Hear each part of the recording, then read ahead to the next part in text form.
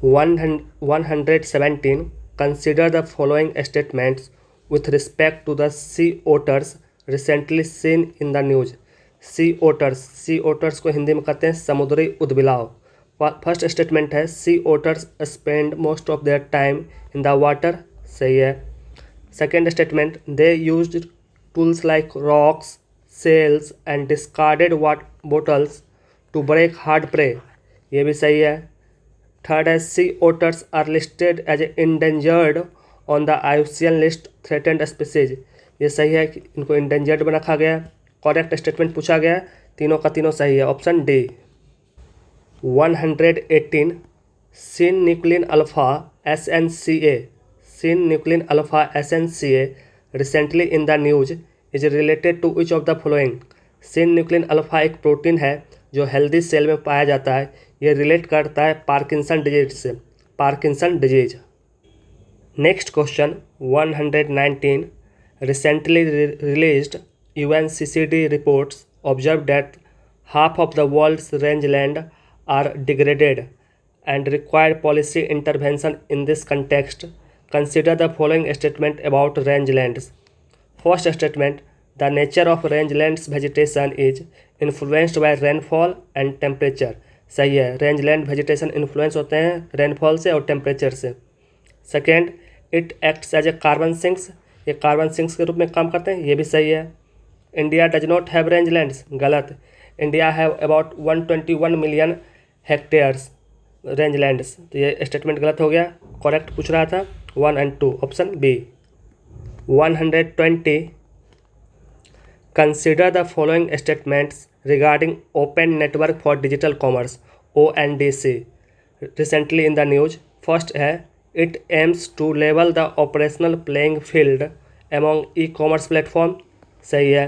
It was launched under DPIIT Department for Promotion of Industry and Internal Trade by Ministry of Commerce. ये भी सही है. It is a non-profit organization that facilitates a network connecting local digital commerce stores across diverse industry. ये भी सही है. Correct पूछा गया, तीनों का तीनों सही है. Option D. Next question 121. Consider the following statements regarding the recently released Travel Tourism Development Index. Travel Tourism Development Index. India is ranked 39th among 100 countries. India ranked 39th among 100 countries. सही है. The index is released annually by the Organization for Economic Cooperation Development OECD. गलत. It is released by World Economic Forum. तो इसमें से correct पूछा गया है. Option A. 122. Which of the following is the theme of World No Tobacco Day? No tobacco day मनाया जाता है 31 मई को. इसका थीम था protecting children from tobacco industry interference. Protecting children from तंबाकू industry interference. Next question 123. Which of the following countries is not a member of recently launched Biopharmaceutical Alliance? Biopharmaceutical alliance अभी launch किया गया था San Diego में during bio international convention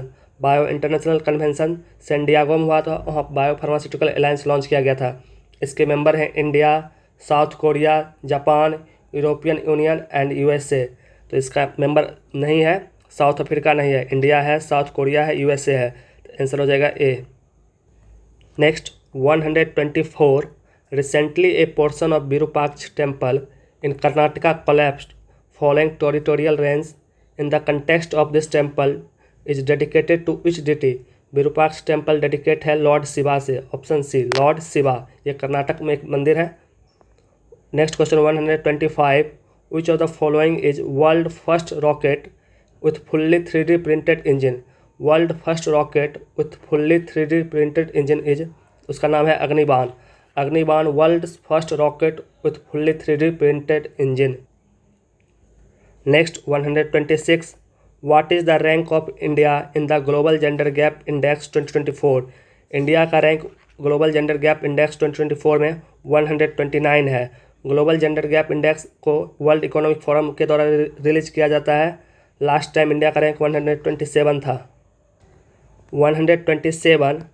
Which railway zone of India is planning to build canopy bridge for India's only ape species hoolock gibbon? Hoolock gibbon के लिए एक canopy bridge कौन बना रहा है? ये बना रहा है north frontier railway zone. North frontier railway zone ये असम में है। यह एप स्पीसीज का एकमात्र प्रजाति है hoolock gibbon. 128. What is the purpose of Amrapali training centre? Amrapali training centre established in Bihar. Amrapali training centre का जिक्र अभी 2024 बिहार बजट में किया गया है। इसके लिए 10.86 करोड़ बजट एलोकेट किया गया है।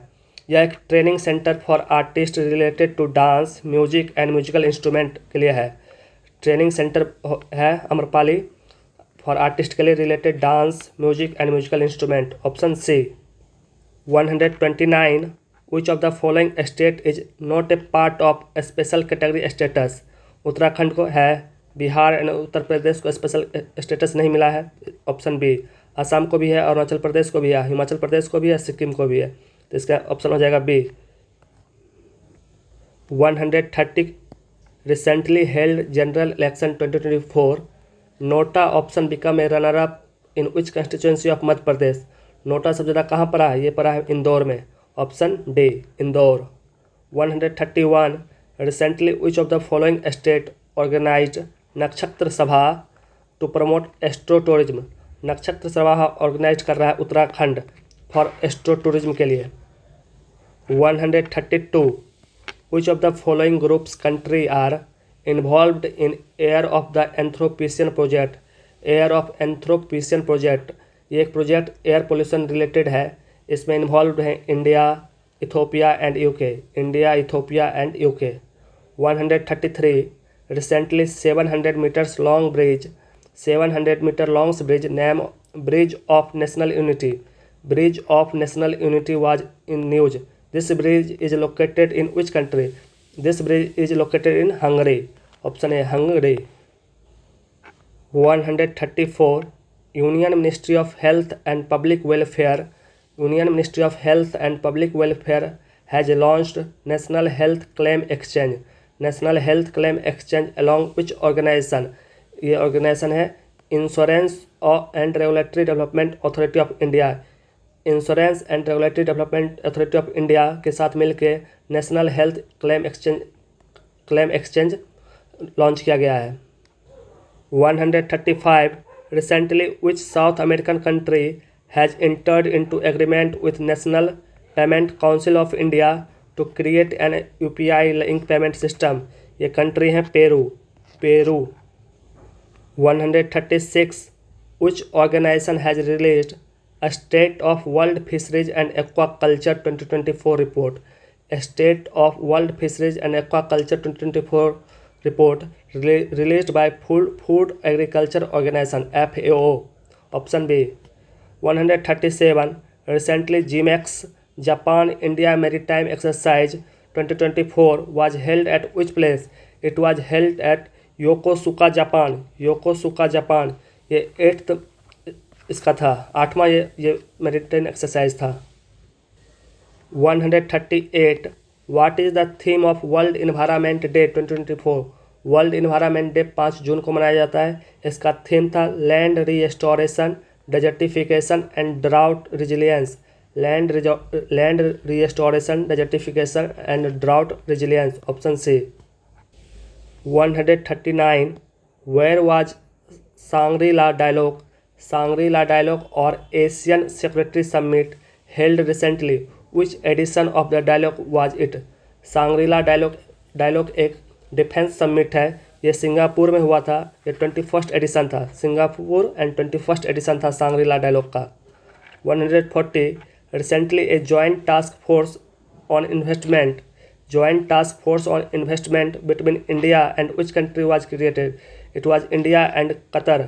इंडिया और कतर के बीच में एक joint task force investment create किया गया है।